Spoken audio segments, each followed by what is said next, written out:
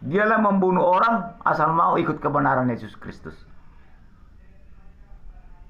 Ternyata dia Tuhan jama. Morat-marit dia menjabarkan firman itu. Dan begitu juga lah kita semua saudara-saudariku. Mana tahu ada terjamah. Mana tahu Tuhan tuntun. Apapun gesekan kau dengar. Apapun tantangan kau dengar. Maka melainkan doakan kepada Tuhan. Katakan. Bukanlah ini Tuhan kehendakku dan rencanaku. Kehendak punya semua ini Bapa. Aku tahu manusia tidak luput segala dosa. Tapi terpujilah nama Tuhan memberikan jalan pertobatan dalam hidupku. Itu aja kepada Tuhan. Itu saudaraku di dalam nama Yesus Kristus. Supaya semua memahami. Sebenarnya di YouTube ini saudara-saudariku aku pribadi. Banyak memang saya buat pengertian-pengertiannya ini. Supaya semua memahami domba Allah jemaat Tuhan. Tetapi kadang-kadang waktu. Karena saya kalau tidak bekerja, tidak makan. Itu.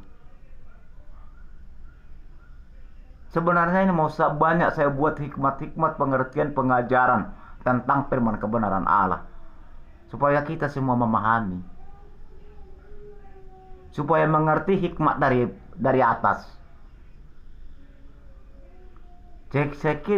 Jadi kita berbicara tentang kebenaran Tuhan bukan hikmat dunia. Kita percaya hikmat dari atas naungan Roh Kudus mengajari kita. Sehingga kita paham. Firman Tuhan itu adalah bukan perkataan manusia. Firman Tuhan itu adalah nubuat daripada Allah.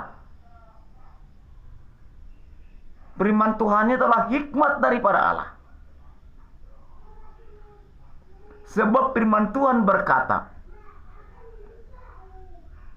bahwa firman perkataan Allah yang hidup tidak boleh ditafsirkan. Udah saya buat kemarin itu di channel, di video.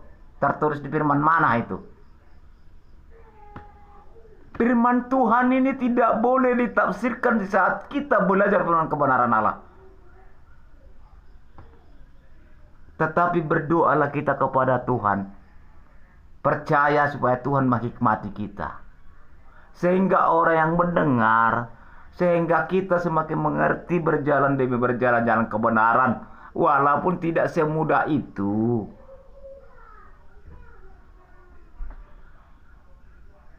Maka Tuhan Allah Yesus Kristus mencurahkan roh yang dikatakan Roh Kudus menjelang hari-hari terakhir.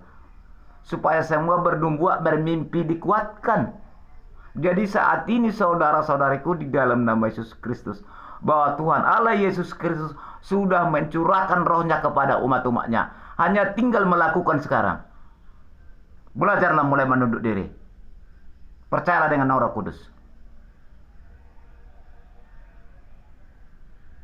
Karena ini sudah menjelang akhir zaman. Maka dikatakan berdoalah dengan kuasa Roh Kudus. Roh Kudus yang sanggup membentengi kita menghadapi kuasa kegelapan ini. Kalau secara kepintaran, kepandaian kita secara badani lahiriah berkata kepada Tuhan, tetap kita kalah menghadapi kuasa kegelapan. Tetapi adanya kuasa Roh Kudus yang sudah Tuhan selimuti di jiwa tubuh kita. Kita percaya sehingga kita sanggup berjalan demi berjalan dengan nama Roh Kudus menghadapi kuasa tipu daya iblis yang ingin manipulasi pemikiran kita jauh dari kebenaran Allah. Itu saudara-saudari. Sebab firman Tuhan berkata, sadarkah engkau bahwa tubuhmu adalah baik daripada Allah?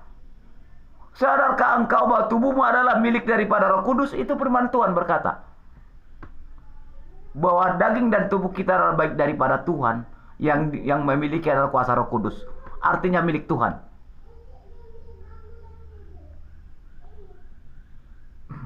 Itu saudaraku di dalam nama Yesus Kristus. Mari kita belajar menunduk diri kepada Tuhan. Percayakah setiap berdoa haleluya, haleluya Roh Kudus. Haleluya, haleluya Bapa yang baik dalam nama Yesus Kristus. Tuntun aku berdoa. Katakan dalam hatimu. Ungkapkan pun jadi. Supaya semua orang mendengar.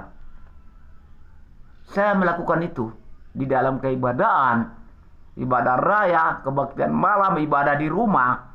Berdoa itu saya. Sehingga aku semakin memahami. Itu saudaraku. Minta kepada Tuhan dengan hati yang tulus. Karena sudah ada Roh Kudus di tubuh kita, Tuhan uraikan. Percayalah saudaraku.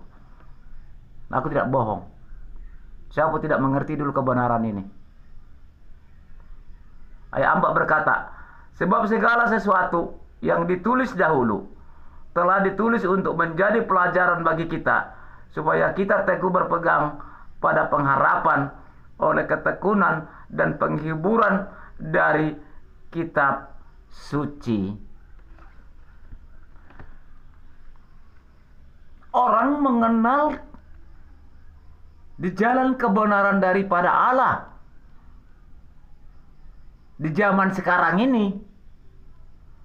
Kalau nenek-nenek kita dahulu memang Tuhan Yesus kenal mereka. Kalau kita di hari kebelakangan ini, mana bisa kita kenal wajah Yesus? Tetapi bagaimana Tuhan Allah punya rencana mengenal Dia? Maka Dia buat nubuat perkataan yang hidup. Kita suci perkataan Allah yang hidup. Bahwa kita Injil adalah perkataan Allah yang hidup. Dulu memang pada nenek moyang kita bahwa orang mengenal Tuhan Yesus. Selagi masih di dunia ini dulu. Kalau kita, siapa orang mengenal Tuhan Yesus aslinya? Menjelang akhir-akhir ini, manusia sekarang ini. Tetapi Tuhan menubuatkan firman perkataannya melalui firman kebenarannya. Sehingga kita semakin percaya kekuatan daripada Yesus. Bahwa Dialah Allah yang hidup. Dialah pencipta langit dan segala isinya. Firman-Nya berkata, Bapa di dalam aku di dalam Bapa. Akulah Raja alam semesta. Sekalipun Tuhan Yesus menjelma seperti manusia dahulu, wajib Dia menjelma seperti manusia untuk menegakkan kebenaran. Karena umatnya ini dulu sudah nggak sehat lagi semua.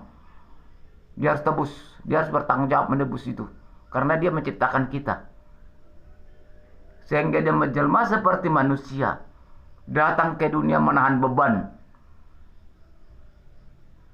Tetapi setelah Tuhan tersalib, hidup kembali berangkat ke tahta surgawi, Dia tinggalkan perkataan kitab sucinya. Itulah saat ini kita belajar dalam firman kebenarannya. Kenapa Yesus Kristus menjelma seperti manusia datang ke dunia ini? Sebab Tuhan Allah Yesus Kristus menciptakan Adam. Awalnya manusia serupa dengan gambar Dia.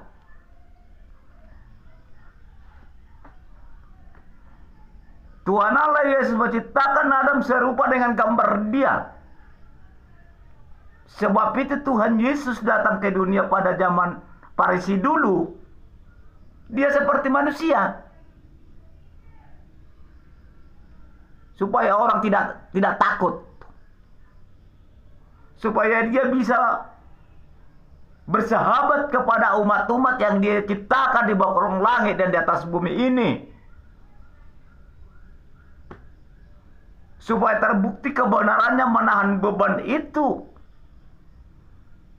Cuma ada perbedaan antara manusia yang Dia ciptakan dengan kelahiran Dia.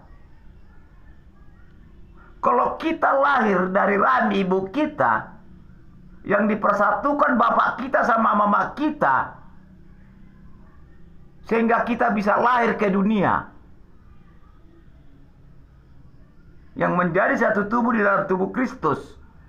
Tetapi kelahiran Tuhan Yesus Kristus dari seorang perempuan perawan tidak memiliki suami. Dia situ sudah menyatakan keajaibannya ilahinya, bahwa dialah Allah pencipta langit dan bumi dan segala isinya. Pada masa itu orang Farisi tidak percaya. Kenapa? Mereka belajar dalam firman kebenaran oleh hikmat dunia. Mereka belajar dalam firman kebenaran dengan sistem tafsir. Pada Tuhan Allah berkata, aku sudah mengutus roh penolong, roh penghibur katanya. Tapi mereka tidak percaya. Melainkan orang Farisi lah menyalibkan daripada Yesus Kristus. Tujuan daripada firman malam ini, supaya kita memahami hikmat kebenaran daripada Allah. Dan barang siapa yang menonton video ini, tidak ada kepentingan pribadi saya. Bagaimana semua kepentingan bersama. Sama-sama kita memahami di jalan kebenaran daripada Allah. Sekalipun terkadang sulit, memang sulit. Tergantung pribadi kita datang kepada Tuhan memohon pertolongan. Percayalah bahwa kuasa Roh Kudus sudah ada di tubuh manusia saat ini. Sudah menjadi milik Roh Kudus kita. Hanya percaya kita berdoa kepada Tuhan. Percayakan dirimu datang kepada Tuhan di dalam keibadahan, mendengar firman kebenaran Allah, berdoa di rumah, supaya Roh Kudus menuntun kita, mendewasakan dan membimbing kita. Roh Kudus adalah hikmat dari atas. Roh Kudus adalah roh tahta kerajaan daripada Allah di dalam kerajaan yang maha tinggi.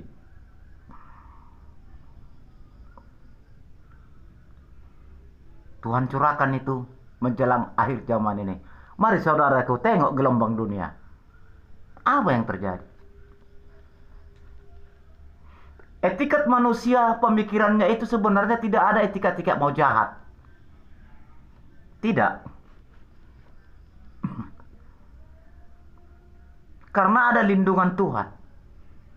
Tetapi kuasa kegelapan selalu menyerang supaya kita terpisah dari kebenaran Tuhan. Itu pekerjaan iblis. Jelas itu perbuatan iblis. Maka dikatakan saat ini yang kita hadapi siapa? Tipu daya iblis, bujuk rayuan iblis, tipu dosa, tipu muslah. Inilah manipulasi pemikiran manusia. Tidak memandang siapa orangnya. Inilah yang melemahkan iman manusia menjadi jatuh dalam kekelaman, timbul dalam kejahatan, sehingga terjadi pelanggaran-pelanggaran firman Tuhan. Inilah yang menyengsarakan manusia itu. Tetapi Tuhan Allah berkata, berdoalah kepadaku, waspadalah, aku akan menolongmu. Saudaraku, di dalam nama Yesus Kristus, malam ini singkat padat firman ini. Dimanapun saudara-saudaraku berada, ya akan share ini ke keluarga kita, like. Saya pun nanti, saya share ini ke Facebook pertemanan saya,